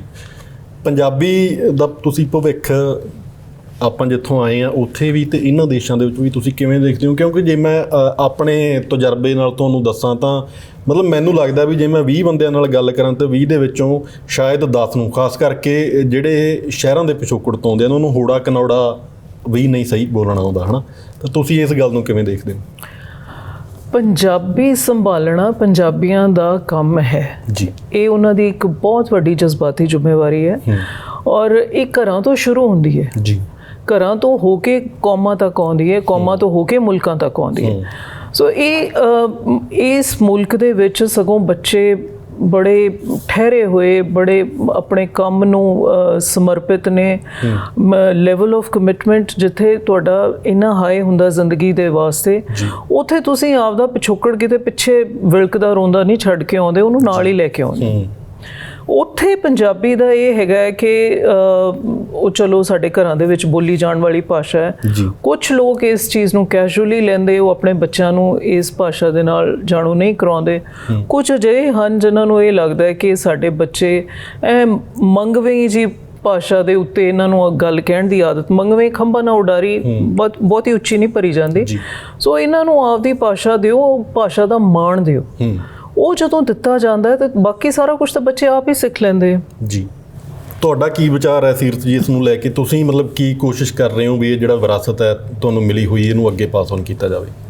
ਬਿਲਕੁਲ ਜੀ, ਜਿਸ ਤਰ੍ਹਾਂ ਮੰਮਾ ਕਹਿ ਰਹੇ ਨੇ, ਸਾਡੀ ਜਜ਼ਬਾਤੀ ਜ਼ਿੰਮੇਵਾਰੀ ਹੈ, ਆਪਣੀ ਰਿਸਪੌਂਸਿਬਿਲਿਟੀ ਹੈ ਗਾਂ ਦੀ ਜਨਰੇਸ਼ਨ ਨੂੰ ਵੀ ਵਿਰਾਸਤ ਨਾਲ ਜੋੜਨਾ, ਕਲਚਰ ਨਾਲ ਜੋੜਨਾ। ਤੇ ਸਾਨੂੰ ਹਮੇਸ਼ਾ ਆਹੀ ਦੱਸਿਆ ਗਿਆ ਸੀ ਕਿ ਜੇ ਤੁਹਾਡੀਆਂ ਜੜ੍ਹਾਂ ਮਜ਼ਬੂਤ ਨੇ, ਰੂਟ ਸਟਰੋਂਗ ਹੈ, ਤੇ ਉਨੀ ਹੀ ਉੱਚੀ ਉਡਾਰੀ ਤੁਸੀਂ ਭਰ ਸਕੋਗੇ। ਸੋ ਪੰਜਾਬੀ ਬਹੁਤ ਜ਼ਰੂਰੀ ਹੈ, ਇੱਕ ਸੈਂਟਰਲ ਹਿੱਸਾ ਹੈ ਸਾਡੇ ਘਰਾਂ ਦਾ। ਉਹਦੇ ਬਗੈਰ ਮਾਂ ਆਪਣੇ ਬੱਚੇ ਨੂੰ ਲੋਰੀ ਨਹੀਂ ਸੁਣਾ ਸਕਦੀ, ਬੱਚੇ ਆਪਣੇ ਪਾਠ ਨਾਲ ਨਹੀਂ ਜੁੜ ਸਕਦੇ, ਇਸ਼ਕ ਨਹੀਂ ਪੂਰਾ ਹੋ ਸਕਦਾ ਪੰਜਾਬੀ ਦੇ ਬਗੈਰ। ਸੋ ਨਹੀਂ, ਬਿਲਕੁਲ। ਅੱਛਾ, ਜੇ ਲੜਨਾ ਵੀ ਪਵੇ ਨਾ, ਤੁਹਾਨੂੰ ਦੂਜੇ ਲਫ਼ਜ਼ਾਂ ਦੇ ਵਿੱਚ ਐਂ ਲੱਗਦਾ ਵੀ ਗੱਲ ਕਹੀ ਨਹੀਂ ਗਈ, ਉਹ ਪੜਾਸ ਨਿਕਲੀ ਨਹੀਂ, ਪੜਾਸ ਨਹੀਂ ਨਿਕਲੀ। ਜਿਵੇਂ ਤੁਸੀਂ ਪਾਠ ਦੀ ਗੱਲ ਕੀਤੀ ਹੈ, ਤਾਂ ਆਪਾਂ ਅੱਜ ਕੱਲ੍ਹ ਦੇਖਦੇ ਹਾਂ ਬਈ ਇੰਗਲਿਸ਼ ਦੇ ਵਿੱਚ ਕਈ ਥਾਵਾਂ ਦੇ ਵਿੱਚ ਮਤਲਬ ਸਵਾਣੀਆਂ ਦੇ ਵੱਲੋਂ ਜਾਂ ਜਿਹੜੇ ਉੱਥੇ ਰਹਿੰਦੇ ਆ ਲੋਕ, ਮੁੰਡਿਆਂ ਵੱਲੋਂ ਵੀ ਈਵਨ ਇੰਗਲਿਸ਼ ਦੇ ਵਿੱਚ ਗੁਟਕਾ ਸਾਹਿਬ ਲੱਭੇ ਜਾਂਦੇ ਆ। ਤਾਂ ਹੁਣ ਇੰਗਲਿਸ਼ ਦੇ ਵਿੱਚ ਤੁਸੀਂ ਮਤਲਬ ਬਾਣੀ ਦਾ ਜਿਹੜਾ ਉਹ ਆਨੰਦ ਆ ਜਿਹੜਾ ਤੁਸੀਂ ਪੰਜਾਬੀ ਦੇ ਵਿੱਚ ਲੈ ਸਕਦੇ ਹੋ, ਇੰਗਲਿਸ਼ ਦੇ ਵਿੱਚ ਨਹੀਂ ਲੈ ਸਕਦਾ ਮੇਰੇ ਹਿਸਾਬ ਦੇ ਨਾਲ। ਜਗਸੀਰ ਜੀ, ਇੱਥੇ ਮੈਂ ਇੱਕ ਗੱਲ ਕਹਿਣਾ ਚਾਹਾਂਗੀ ਕਿ ਲੈਂਗੁਏਜ ਹੀ ਹੈ, ਨੌਲੇਜ ਨਹੀਂ ਹੈ। ਪਰ ਜੇ ਤੁਸੀਂ ਹੁਣ ਕਈ ਚੀਜ਼ਾਂ ਨੂੰ ਤੁਸੀਂ ਟਰਾਂਸਲੇਟ ਕਰਦੇ ਹੋ ਨਾ, ਉਹਦਾ ਸਿੰਥੇਸਿਸ ਗੁਆਚ ਜਾਂਦਾ ਜੀ। ਸੋ ਇਸ ਕਰਕੇ ਉਹ ਭਾਸ਼ਾ ਦੇ ਵਿੱਚ ਹੁਣ ਤੁਸੀਂ ਜਿਹੜੀ ਗੱਲ ਦਾ ਤੁਸੀਂ ਕਹਿੰਦੇ ਵੀ ਗੂੜ ਅਸਰ ਕੱਢਣਾ ਹੈ, ਉਹ ਲਫ਼ਜ਼ ਉਸ ਭਾਸ਼ਾ 'ਚ ਨਹੀਂ ਬਣੇ, ਉਹ ਜਜ਼ਬਾਤ ਵੀ ਨਹੀਂ ਬਣੇ ਉਹਨਾਂ ਲੋਕਾਂ ਦੇ। ਇਸ ਕਰਕੇ ਆਪਣੀ ਭਾਸ਼ਾ ਦੇ ਵਿੱਚ ਜੋ ਤੁਸੀਂ ਨਿਚੋੜ ਕੱਢ ਸਕਦੇ ਹੋ ਕਿਸੇ ਗੱਲ ਦਾ, ਉਹ ਦੂਜੀਆਂ ਭਾਸ਼ਾ ਦੇ ਵਿੱਚ ਨਹੀਂ ਕੱਢਿਆ ਜਾ ਸਕਦਾ। ਅਗਲਾ ਸਵਾਲ ਹੈ ਮੇਰਾ, ਜਿਹੜੀ ਪੰਜਾਬੀ ਕਵਿਤਾ ਹੈ ਉਹ ਜਿਹੜੀ ਲਿਖੀ ਗਈ ਹੈ, ਮਤਲਬ ਜੇ ਆਪਾਂ ਗੱਲ ਕਰੀਏ ਤਾਂ ਇਸ਼ਕ ਮੁਹੱਬਤ, ਇਹ ਵਿਸ਼ੇ ਪੰਜਾਬੀ ਕਵਿਤਾ ਦੇ ਵਿੱਚ ਵੱਧ ਭਾਰੂ ਰਹੇ ਹੈ ਬਜਾਏ ਕਿ ਸਮਾਜਿਕ ਸਰੋਕਾਰਾਂ ਦੇ ਕੀ ਚੱਲਦਾ ਆਪਣੀ ਜ਼ਿੰਦਗੀ ਦੇ ਵਿੱਚ ਆਪਣੇ ਆਸ-ਪਾਸ। ਹਾਲਾਂਕਿ ਕੁਝ ਕਵੀਆਂ ਨੇ ਇਸ ਦੇ ਉੱਪਰ ਲਿਖਿਆ, ਇਸ ਗੱਲ ਨੂੰ ਤੁਸੀਂ ਕਿਵੇਂ ਦੇਖਦੇ ਹੋ? ਦੇਖੋ, ਜਿਹੜੇ ਸਮਾਜਿਕ ਸਰੋਕਾਰ ਹੈ ਉਹ ਵਕਤੀ ਕੈਦ ਦੇ ਵਿੱਚ ਰਹਿ ਜਾਂਦੇ ਨੇ। ਠੀਕ ਹੈ, ਕਿਸੇ ਵੇਲੇ ਧੀਆਂ ਨੂੰ ਬਚਾਉਣ ਦਾ ਮੁੱਦਾ ਸੀ, ਬੜੇ ਲੋਕਾਂ ਨੇ ਉਹ ਗੀਤ ਗਾਏ। ਕਿਸੇ ਵੇਲੇ ਨਸ਼ਿਆਂ ਦਾ ਮੁੱਦਾ ਆ ਗਿਆ, ਬੇਰੁਜ਼ਗਾਰੀ ਦਾ ਆ ਗਿਆ, ਪਰਦੇਸਾਂ 'ਚ ਜਾਣ ਦਾ ਆ ਗਿਆ, ਸੋ ਉਹ ਗੀਤ ਗਾਏ। ਪਰ ਜਿਹੜਾ ਇਸ਼ਕ ਮੁਹੱਬਤ ਹੈ, ਇਹ ਇੱਕ ਤੁਹਾਡੇ ਅੰਦਰ ਦੀ ਤੁਹਾਡੀ ਰੂਹ ਵਾਸਤੇ ਖੁਰਾਕ ਹੈ, ਤੁਹਾਡੇ ਅੰਦਰ ਦੀ ਇੱਕ ਲੋੜ ਹੈ ਜਾਂ ਕਹਿ ਲਓ ਤੋੜ ਹੈ, ਜਿਹੜੀ ਹਰ ਸਮਾਜ ਦੇ ਬਦਲਦੇ ਵਰਗ ਵਾਸਤੇ, ਉਮਰ ਵਾਸਤੇ ਇੱਕ ਉਹ ਜ਼ਰੂਰੀ ਹੈ। ਪਰ ਉਹਦਾ ਜਿਹੜਾ ਪੱਧਰ ਹੈ ਉਹ ਕਿਤੇ ਨਾ ਕਿਤੇ, ਦੇਖੋ, ਇੱਕ ਇਸ਼ਕ ਉਹ ਸੀ ਜਿਹਨੂੰ ਆਪਾਂ ਕਹਿ ਦਿੰਦੇ ਵੀ ਰੂਹ ਨਾਲ ਮਹਿਸੂਸ ਕਰਨ ਵਾਲਾ, ਉਹਦੇ ਗੀਤ ਕੁਝ ਹੋਰ ਹੁੰਦੇ ਸੀ, ਉਹ ਅਸੀਂ ਵੀ ਸੁਣ ਸਕਦੇ ਹਾਂ। ਗੀਤ ਲਿਖਣ ਵਾਲੇ ਜਾਂ ਗੀਤ ਗਾਉਣ ਵਾਲੇ ਜੇ ਇੰਨੀ ਕੀ ਗੱਲ ਸੰਭਾਲ ਲੈਣ ਵੀ ਇਹ ਗੀਤ ਮੈਂ ਆਪਣੇ ਟੱਬਰ ਦੇ ਨਾਲ ਬੈਠ ਕੇ ਸੁਣ ਸਕਦਾ, ਤੇ ਸਮਝ ਲਓ ਤੁਸੀਂ ਲਿਟਮਸ ਟੈਸਟ ਪਾਸ ਕਰ ਲਿਆ। ਉਹੀ ਚੀਜ਼ ਹੈ ਕਿ ਹੀਰ ਰਾਂਝੇ ਦੀ ਗੱਲ ਸਾਡੇ ਬਜ਼ੁਰਗ ਵੀ ਕਰਦੇ ਸੀ। ਹਾਂਜੀ, ਸੱਸੀ ਪੁੰਨੂ ਮਿਰਜ਼ਾ ਸਾਹਿਬਾ ਸਾਡੀਆਂ ਲੋਕ ਕਥਾਵਾਂ ਹਨ। ਪਰ ਇਹ ਜਿਹੜੇ ਇਸ਼ਕ ਨੇ ਜਿਨ੍ਹਾਂ ਨੂੰ ਤੁਸੀਂ ਕਬੂਲ ਹੀ ਨਹੀਂ ਕਰ ਸਕਦੇ ਸਮਾਜ ਦੇ ਵਿੱਚ, ਤਾਂ ਹੀ ਇਹ ਮਰਨ ਮਰਾਉਣ ਦੀਆਂ ਗੱਲਾਂ ਆਉਂਦੀਆਂ। ਇਹ ਇਸ਼ਕ ਨਾ ਹੋਏ, ਇਹ ਤਾਂ ਕੁਝ ਉਮਰ ਦੀਆਂ ਜ਼ਿੱਦਾਂ ਬਣ ਕੇ ਰਹਿ ਗਏ। ਸੋ ਇਹ ਇੱਕ ਜਜ਼ਬੇ ਦੇ ਵਿੱਚ ਬੜੀ ਅਮੀਰੀ ਹੁੰਦੀ ਹੈ। ਕੁਝ ਹੁਣ ਤੁਸੀਂ ਜੇ ਸ਼ਿਵ ਦਾ ਵੀ ਤੁਸੀਂ ਦੇਖੋ ਜਾਂ ਅੰਮ੍ਰਿਤਾ ਪ੍ਰੀਤਮ ਦਾ ਵੀ ਦੇਖੋ, ਉਹ ਅੰਮ੍ਰਿਤਾ ਪ੍ਰੀਤਮ ਨੇ ਲਿਖਿਆ ਹੈ, ਰਲ ਗਈ ਸੀ ਇਸ ਵਿੱਚ ਇੱਕ ਬੂੰਦ ਤੇਰੇ ਇਸ਼ਕ ਦੀ, ਇਸ ਲਈ ਮੈਂ ਜ਼ਿੰਦਗੀ ਦੀ ਸਾਰੀ ਕੁੜੱਤਨ ਪੀ ਲਈ। ਇਹ ਇਸ਼ਕ ਹੈ ਔਰ ਇਹ ਹਰ ਬੀਬੀ ਇਸ ਚੀਜ਼ ਨਾਲ ਰਿਲੇਟ ਕਰ ਸਕਦੀ ਹੈ। ਜਿਸ ਚੀਜ਼ ਨੂੰ ਜਾਵੇਦ ਅਖਤਰ ਨੇ ਲਿਖਿਆ, ਬਹੁਤ ਆਸਾਨ ਹੈ ਪਹਿਚਾਨ ਇਸकी, अगर दुखता नहीं तो दिल नहीं है। ਇਹ ਇੱਕ ਅਮੀਰੀ ਹੈ। ਹਰ ਇੱਕ ਜਜ਼ਬੇ ਨੂੰ ਉਹਦਾ ਪੱਧਰ ਤਾਂ ਨਵਾਜੋ। ਜਾਂਦੇ ਜਾਂਦੇ ਕੀ ਸੁਣਾਇਆ ਦੇਣਾ ਚਾਹੋਗੇ ਸਾਡੇ ਪਰਿਵਾਰ ਦੇ ਮੈਂਬਰਾਂ ਨੂੰ? ਮੈਨੂੰ ਬਹੁਤ ਵਧੀਆ ਲੱਗ ਰਿਹਾ ਹੈ ਕਿ ਪੰਜਾਬੀਅਤ ਤੇ ਪੰਜਾਬ ਦਾ ਇੱਕ ਜਿਉਂਦਾ ਜਾਗਦਾ ਰੂਪ ਪ੍ਰਾਈਮ ਏਸ਼ੀਆ ਟੀਵੀ ਦੇ ਰੂਪ ਦੇ ਵਿੱਚ ਤੁਸੀਂ ਇੱਥੇ ਜਿਉਂਦਾ ਰੱਖਿਆ ਹੈ। ਔਰ ਇਹ ਸਾਰੇ ਭੈਣ ਭਰਾ ਜਿਹੜੇ ਮਿਲਦੇ ਹਨ, ਇੱਥੋਂ ਦੇ ਜਿਹੜੇ, ਜਦੋਂ ਮੈਂ ਕਿਸੇ ਰੀਐਲਟਰ ਦਾ ਬੋਰਡ ਦੇਖਦੀ ਹਾਂ ਜਾਂ ਕੋਈ ਬਿਜ਼ਨਸ ਦਾ ਨਾਮ ਦੇਖਦੀ ਹਾਂ, ਕਿਤੇ ਪੰਜਾਬ ਦਾ ਜ਼ਿਕਰ ਹੁੰਦਾ ਹੈ, ਕਿਤੇ ਸਾਡੇ ਮੋਗੇ ਦਾ ਹੋ ਜਾਂਦਾ ਹੈ, ਕਿਤੇ ਸਾਡੇ ਭੈਣ ਭਰਾਵਾਂ ਦਾ ਹੋ ਜਾਂਦਾ ਹੈ, ਮੈਨੂੰ ਬੜਾ ਫਖਰ ਮਹਿਸੂਸ ਹੁੰਦਾ ਹੈ। ਦੇਖੋ, ਇਹਨਾਂ ਮੁਲਕਾਂ ਦੇ ਵਿੱਚ ਆ ਕੇ ਆਪਣੀ ਪਹਿਚਾਣ ਬਣਾ ਜਾਣੀ, ਆਉਂਦੀਆਂ ਨਸਲਾਂ ਵਾਸਤੇ ਇੱਕ ਜਿਉਂਦਾ ਜਾਗਦਾ ਬਿਜ਼ਨਸ ਇਸਟੈਬਲਿਸ਼ ਕਰ ਜਾਣਾ, ਉਹਨਾਂ ਨੂੰ ਇਨਸਪਾਇਰ ਕਰ ਜਾਣਾ ਆਪਣੀਆਂ ਜ਼ਿੰਦਗੀਆਂ ਦੇ ਨਾਲ, ਇਹ ਬਹੁਤ ਵੱਡੀ ਕਮਾਈ ਹੈ। ਔਰ ਇੱਥੇ ਆ ਕੇ ਤੁਸੀਂ ਭੁੱਲੇ ਨਹੀਂ, ਤੁਸੀਂ ਆਪਣਾ ਰੰਗ ਇਹਨਾਂ ਮੁਲਕਾਂ ਦੇ ਵਿੱਚ ਜਿਹੜਾ ਹੈਗਾ ਇਹਨਾਂ ਮੁਲਕਾਂ ਦੇ ਰੰਗਾਂ ਵਿੱਚ ਸ਼ਾਮਿਲ ਕੀਤਾ ਹੈ। ਇਹ ਨਹੀਂ ਕਿ ਇੱਥੇ ਆ ਕੇ ਤੁਸੀਂ ਬੇਰੰਗ ਹੋ ਕੇ ਰਹਿ ਗਏ ਹੋ, ਇਹ ਤੁਹਾਡੀ ਬਹੁਤ ਵੱਡੀ ਪ੍ਰਾਪਤੀ ਹੈ। ਤੁਸੀਂ ਸਾਰੇ ਹੀ ਇਸ ਗੱਲ ਵਾਸਤੇ ਵਧਾਈ ਦੇ ਪਾਤਰ ਹੋ। ਸ਼ੁਕਰੀਆ ਜੀ। ਤੁਸੀਂ ਸੀਰਤ ਜੀ ਕੀ ਕਹਿਣਾ ਚਾਹੋਗੇ ਜਾਂਦੇ ਜਾਂਦੇ? ਜਿੰਨਾ ਕੁ ਜ਼ਿੰਦਗੀ ਦਾ ਐਕਸਪੀਰੀਅੰਸ ਹੈ, ਥੋੜ੍ਹਾ ਬਹੁਤਾ ਉਹਨੂੰ ਮੱਦੇ ਨਜ਼ਰ ਰੱਖਦੇ ਹੋਏ ਮੈਂ ਆਹੀ ਕਹਿਣਾ ਚਾਹਾਂਗੀ ਕਿ ਅਸੀਂ ਦੋਵੇਂ ਦੋ ਵੱਖਰੀਆਂ ਵੱਖਰੀਆਂ ਜਨਰੇਸ਼ਨਸ ਦੇ ਲਿਖਾਰੀ ਹੈ, ਅਤੇ ਆਹੀ ਕਵਾਂਗੇ ਕਿ ਗਾਂ ਦੇ ਬੱਚੇ ਜ਼ਰੂਰ ਪੜ੍ਹਦੇ ਲਿਖਦੇ ਰਹਿਣ, ਅਤੇ ਜ਼ਿੰਦਗੀ ਦਾ ਜਿੰਨਾ ਵੀ ਐਕਸਪੀਰੀਅੰਸ ਹੈ ਉਹਨੂੰ ਮੱਦੇ ਨਜ਼ਰ ਰੱਖਦੇ ਹੋਏ ਮੈਂ ਆਹੀ ਕਹਿਣਾ ਚਾਹਾਂਗੀ ਕਿ ਗਾਂ ਦੀ ਪੀੜ੍ਹੀਆਂ ਜ਼ਰੂਰ ਪੜ੍ਹਦੀਆਂ ਲਿਖਦੀਆਂ ਰਹਿਣ। ਪੜ੍ਹਨਾ ਲਿਖਣਾ ਬਹੁਤ ਜ਼ਰੂਰੀ ਹੈ ਤਾਂ ਕਿ ਤੁਸੀਂ ਕੁਐਸਚਨ ਪੁੱਛ ਸਕੋ। ਜਿਹੜੀ ਕਰੰਟ ਨੋਰਮਸ ਨੇ, ਕਰੰਟ ਪ੍ਰੈਕਟਿਸਿਸ ਹੈ, ਉਹਨਾਂ ਨੂੰ ਕੁਐਸਚਨ ਕਰਨਾ ਬਹੁਤ ਜ਼ਰੂਰੀ ਹੈ। ਇਹ ਮੈਂ ਗਾਂ ਆਪਣੀ ਧੀ ਤੋਂ ਸਿੱਖ ਰਹੀ ਹਾਂ। ਜੋ ਵੀ ਮੈਂ ਉਹਨੂੰ ਕਹਾਂ, ਹਰ ਚੀਜ਼ ਦਾ ਉਹਦਾ ਇੱਕ ਕੁਐਸਚਨ ਹੁੰਦਾ ਵਾਈ। ਇਹ ਵਾਈ ਦੇ ਆਨਸਰਸ ਲੱਭਣੇ ਬੜੇ ਜ਼ਰੂਰੀ ਹੈ। ਇਹ ਲੱਭਣਗੇ ਆਪਾਂ ਨੂੰ ਕਿਤਾਬਾਂ 'ਚੋਂ। ਸੋ ਜੋ ਵੀ ਮਾਧਿਅਮ ਹੈਗਾ, ਚਾਹੇ ਈ ਬੁੱਕਸ ਨੇ, ਚਾਹੇ ਕਿਤਾਬਾਂ ਨੇ, ਚਾਹੇ ਸੋਸ਼ਲ ਮੀਡੀਆ, ਜ਼ਰੂਰ ਪੜ੍ਹੋ। ਜੀ, ਇੰਨੀ ਵਧੀਆ ਜਾਣਕਾਰੀ ਤੁਸੀਂ ਸਾਡੇ ਸਟੂਡੀਓ ਦੇ ਵਿੱਚ ਆਏ, ਸਾਂਝੀ ਕੀਤੀ, ਤੁਹਾਡਾ ਬਹੁਤ ਬਹੁਤ ਸ਼ੁਕਰੀਆ। ਬਹੁਤ ਮਿਹਰਬਾਨੀ ਜੀ। ਬਹੁਤ ਮਿਹਰਬਾਨੀ। ਸੋ ਉਮੀਦ ਹੈ ਪ੍ਰੋਗਰਾਮ ਚੰਗਾ ਲੱਗਿਆ ਹੋਵੇਗਾ। ਫਿਰ ਤੋਂ ਕੋਈ ਵੱਖਰਾ ਵਿਸ਼ਾ ਤੇ ਵੱਖਰੀ ਸ਼ਖਸੀਅਤ ਲੈ ਕੇ ਤੁਹਾਡੇ ਰੂਬਰੂ ਹੋਵਾਂਗੇ। ਦੇਖਦੇ ਰਹੋ ਪ੍ਰਾਈਮ ਏਸ਼ੀਆ ਟੀਵੀ, ਤੁਹਾਡਾ ਆਪਣਾ, ਤੁਹਾਡੇ ਲਈ।